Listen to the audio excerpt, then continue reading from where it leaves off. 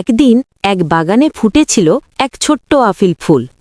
তার রং টুকটুকে গোলাপি আর গন্ধ এতই মিষ্টি যে মৌমাছিরাও ওকে দেখে লজ্জায় লাল হয়ে যেত। আফিল ফুলটা সারাক্ষণ হাসত, কারণ সে ভাবত আমি নাকি পুরো বাগানের সবচেয়ে সুন্দর ফুল। কিন্তু সমস্যা হলো, বাগানে থাকত এক চঞ্চল বাদর, নাম তার গুছা। গুছা সব কিছুতেই দুষ্টুমি করবে, পাতা ছিঁড়বে, ডালে ঝুলবে, আর সুযোগ পেলেই কারো মাথায় নারকেল ফেলে দিবে।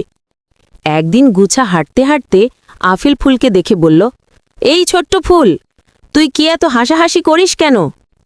আফিল ফুল গর্ব করে বলল, কারণ আমি এখানে সবচেয়ে হ্যান্ডসাম। গুছা হো হো করে হেসে উঠল, তুই হ্যান্ডসাম? এ তো সবার ওপরে বসে হাওয়া খেয়ে খেয়ে ফুলে যাচ্ছিস। আফিল ফুল রাগে ফুলে ফেপে উঠল, আমি সৌন্দর্যের রাজা। গুছা বলল, রাজা হলে প্রমাণ দে। এই বলে সে হঠাৎ ফুলটার সামনে একটা ছোট্ট আয়না ধরল। আফিল ফুল নিজের মুখ দেখে চমকে উঠল। হাওয়ায় দোল খেতে খেতে তার চুল পাপড়ি পুরো এলোমেলো, দেখতে যেন বাগানের মধ্যে নাচতে থাকা ঝাঁকড়া চুলওয়ালা টমেটো। গুছা চিৎকার করে হেসে উঠল, ওহো, রাজা নয়, তুই তো পুরো পাগলা ফুল। আফিল ফুল লজ্জায় মাথা নিচু করে বলল, ঠিক আছে, আজ থেকে আর হ্যান্ডসাম হাওয়ায় ভাসব না, একটু কম দুলব।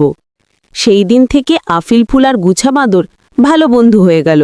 গুছা প্রতিদিন ওকে আয়না দেখায়, আর আফিল ফুল প্রতিদিন নতুন নতুন ভঙ্গিতে হাসি দিয়ে ছবি তোলে।